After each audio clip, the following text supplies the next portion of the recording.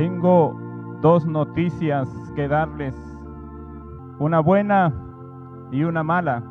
Regularmente la mayoría de personas siempre prefieren escuchar primero la mala noticia, porque por alguna razón las noticias malas superan a las buenas. Pero vamos a empezar en esta ocasión contando la buena noticia, la mejor noticia, sin lugar a dudas, que ustedes pueden escuchar en estos días. La buena noticia es que si estamos en Cristo, nunca habrá una sola noticia mala, porque los que aman a Dios, todas las cosas les ayudan a bien, así sea terremoto, tsunami, persecución, hambre, pestes. Si estamos en Cristo, no hay una sola noticia mala. Pero tenemos que decir la noticia mala, aunque suena contradictorio. La noticia mala tiene que ver que el mundo no ha aprendido la lección. El mundo volvió a edificar el Titanic. El mundo creó un barco ya no de madera como Noé, ni de hierro como el primer Titanic, sino un barco que abarca todo el planeta. Le llaman la globalización, nuestro sistema de vida actual, conectados unos con otros, lleno de bienestar, lleno de oportunidades. El día es tan corto que nos es tan difícil vivir al límite que este mundo, que este gran barco nos ofrece, sin importar, eso sí, que en este gran barco no existe una verdadera expectación de la eternidad y la vida con Dios. Noé no logró, cuando construyó el arca, que una sola persona, aparte de su familia, se subiera a esa arca.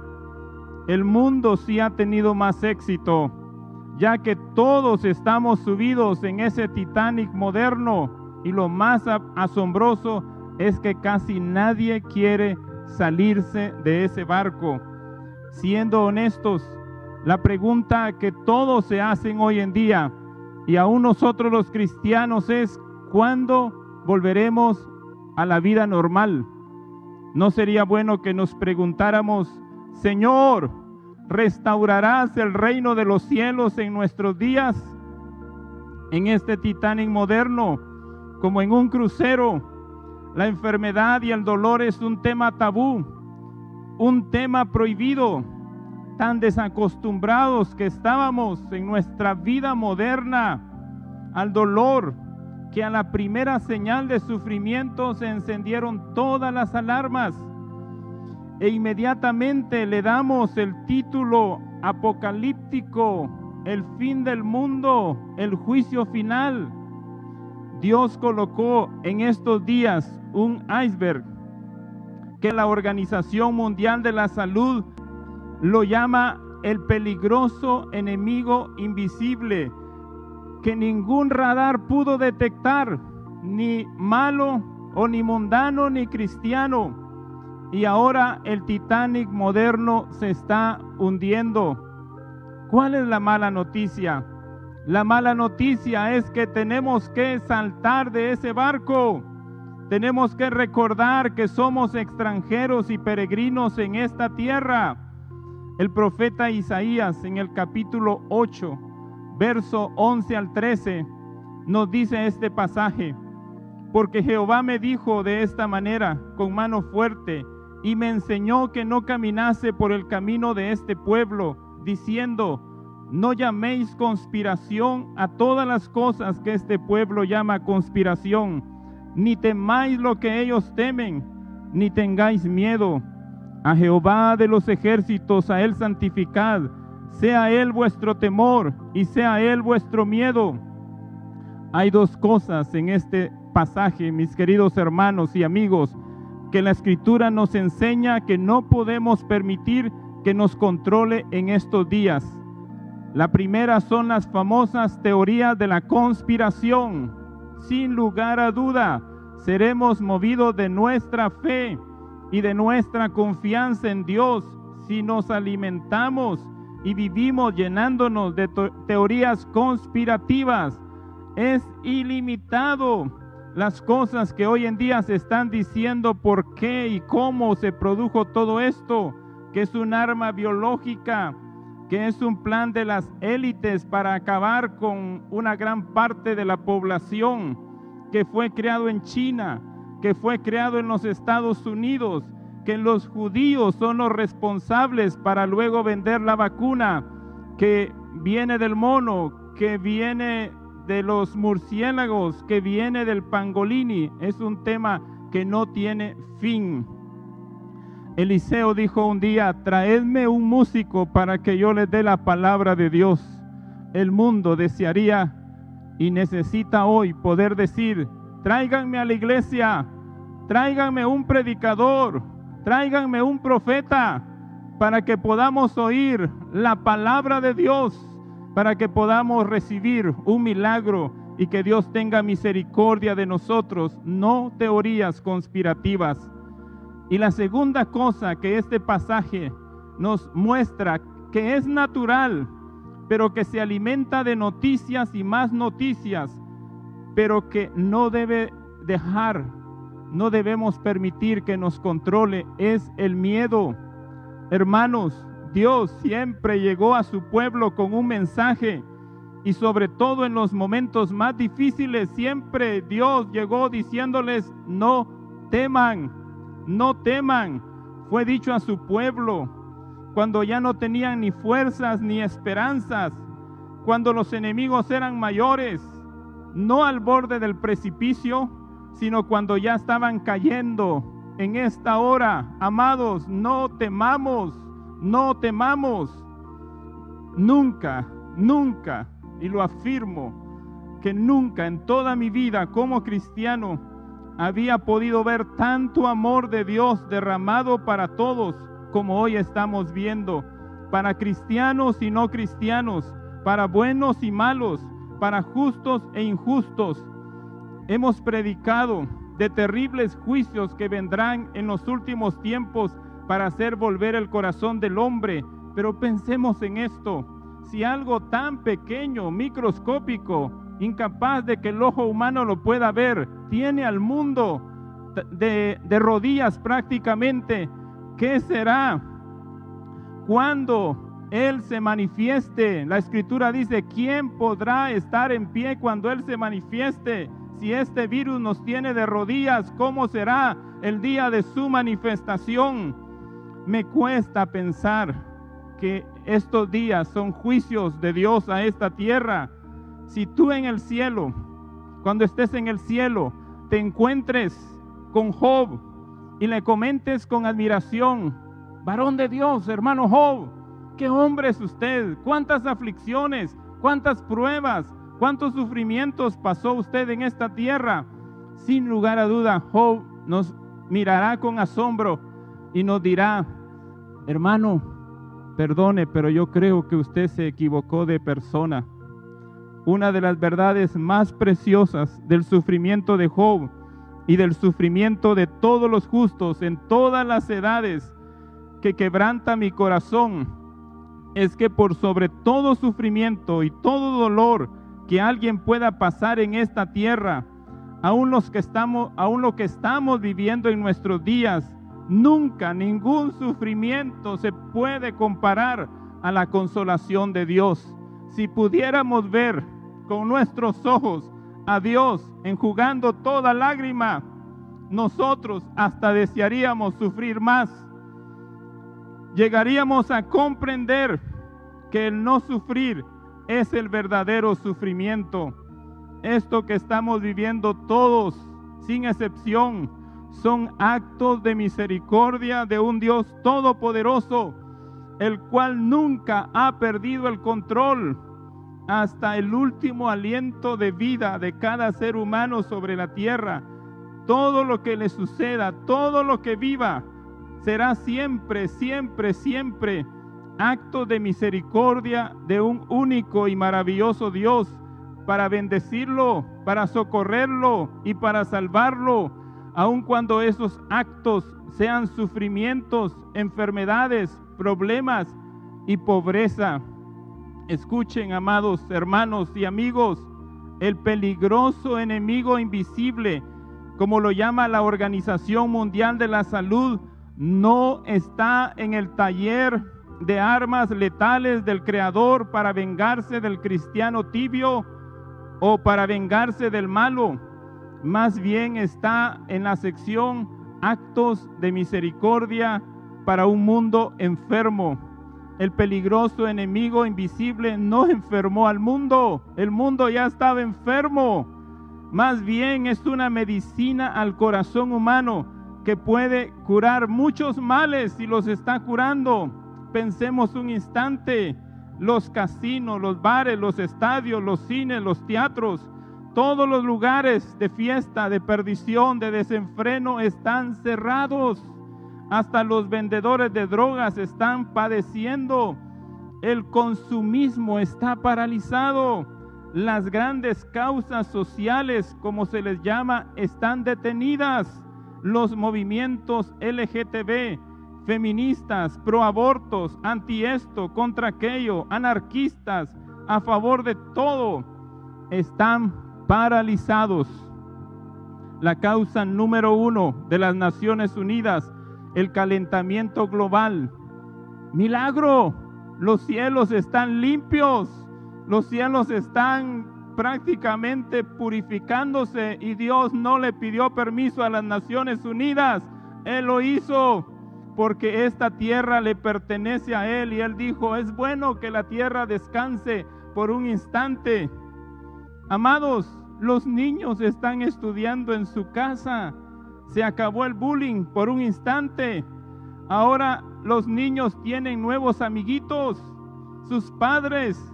Los niños están descubriendo qué significa la palabra papá. Ya que Él está en casa, los niños están disfrutando del amor de sus padres en estos días. Y si todo esto no nos sorprende o nos sorprende, hay algo más sorprendente aún. Yo tenía un amigo en Chile que era pescador. Él era muy pasional para hablar y siempre que llegaba a lo principal de su plática o de su discusión, siempre utilizaba una frase para introducir lo más importante de su conversación.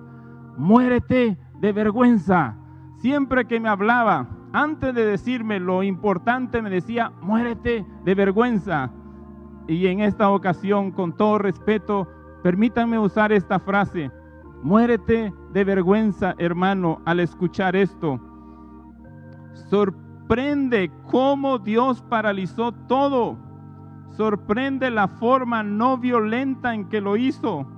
Sorprende que no utilizó de ningún ser humano, ni malo ni bueno, ni terrorista ni predicador. Él lo hizo sin la ayuda de nadie, sino que utilizó a un ser no visible al ojo humano. Pero lo que más sorprende en esta hora es que Dios también detuvo y paralizó la iglesia. Fuimos paralizados en el afán de este mundo. Cuánto afán, cuánto que hacer en el día. Pero también fuimos paralizados en los placeres, en los deleites, en aquello que no podíamos conquistar. Pero seamos sinceros, también fuimos paralizados en nuestro mundo ocupado religioso, corriendo muchas veces sin tener un mensaje como Aimaas, y cansados como Marta, sustituyendo el activismo por la vida con Dios. Hemos visto en estos días a los no cristianos llenando sus despensas de todo lo que se les puede ocurrir de supervivencia, como el papel higiénico. En los Estados Unidos, carretillas llenas de armas. En nuestras ciudades, carretillas llenas de cerveza. Pero nosotros los cristianos no nos quedamos atrás. Nuestros himnarios, nuestras Biblias, nuestras prédicas, nuestro kit de versos ungidos, nuestro kit de biografía. Hay una palabra en la Escritura que es para esta hora. La llevaré al desierto y allí hablaré a su corazón, dice el Señor. No puedes ir al desierto cargando tus 5 versiones de la Biblia. tus estudios, tus apuntes, tu concordancia, allí en el desierto, a donde Dios quiere que tú y yo estemos. No hay buena señal de internet, no hay iglesia, no hermanos, no culto, no nada. Allí en ese desierto solo está una zarza que no ha dejado de arder. La verdad, hermanos, es que la iglesia de Cristo no está detenida, nunca ha estado detenida. Su iglesia no está encerrada, su iglesia no está atemorizada. Los que estamos detenidos somos los religiosos, pero los que viven en Cristo nunca están paralizados. Para ellos no hay diferencia entre este lado de la cárcel y este otro lado. No hay diferencia entre estar en la cárcel o fuera de ella. Escuchen, hermanos, el cristianismo se manifiesta y su fragancia es más profunda, no en la tierra ancha, sino en la tierra estrecha, no en la libertad, sino en las prisiones y persecuciones, no en los tronos y la admiración de los hombres, sino en el abandono y el exilio. El cristianismo brilla y su perfume es irresistible, no en donde no falta nada, sino en donde carecemos de todo.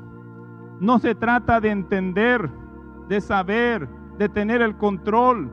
Se trata de contemplar, de estar con Él. Hagamos nuestro el clamor de Pedro: Señor, si eres tú, manda que yo descienda de este barco moderno y vaya hacia ti y me entregue a ti y me consagre hoy a ti como nunca me he consagrado en toda mi vida. Hoy es el día de oportunidades para todos.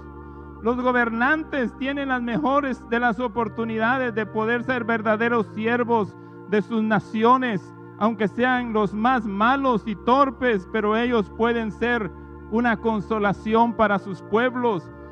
Para nosotros es un día de oportunidad. Podemos orar por los enfermos, por las almas de aquellos que están muriendo, orar por aquellos que han perdido un ser querido, orar por las autoridades.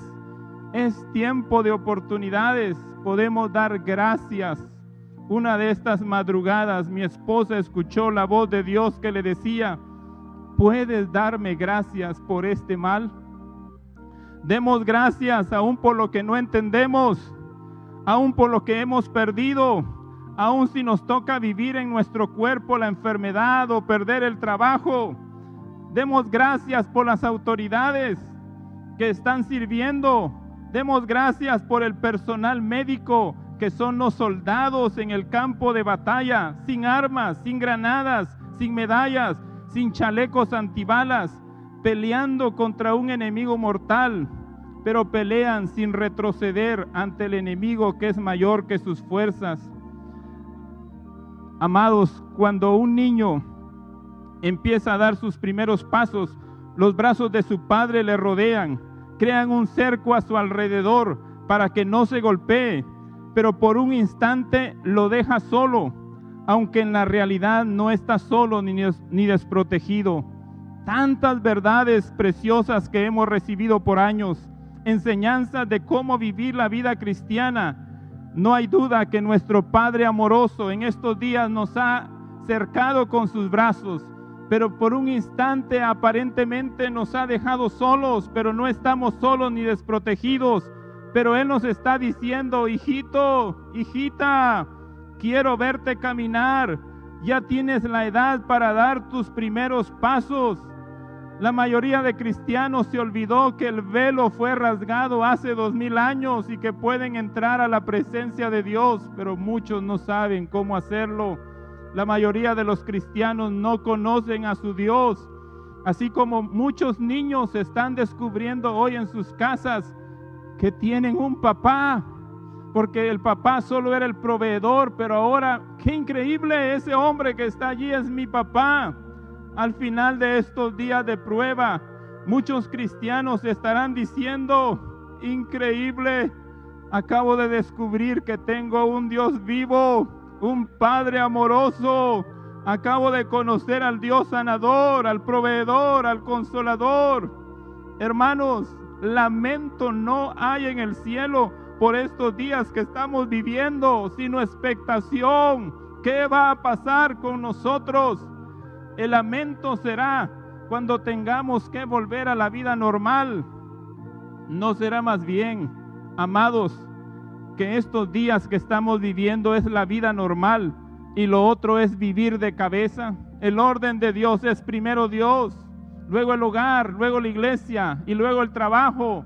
Pero hace unas semanas atrás, primero era el trabajo, luego la iglesia, luego la familia. Ya cansados, estaba Dios al final de esa lista. Esto que estamos viviendo hoy como iglesia no es una pausa, no es un juicio, no es una calamidad.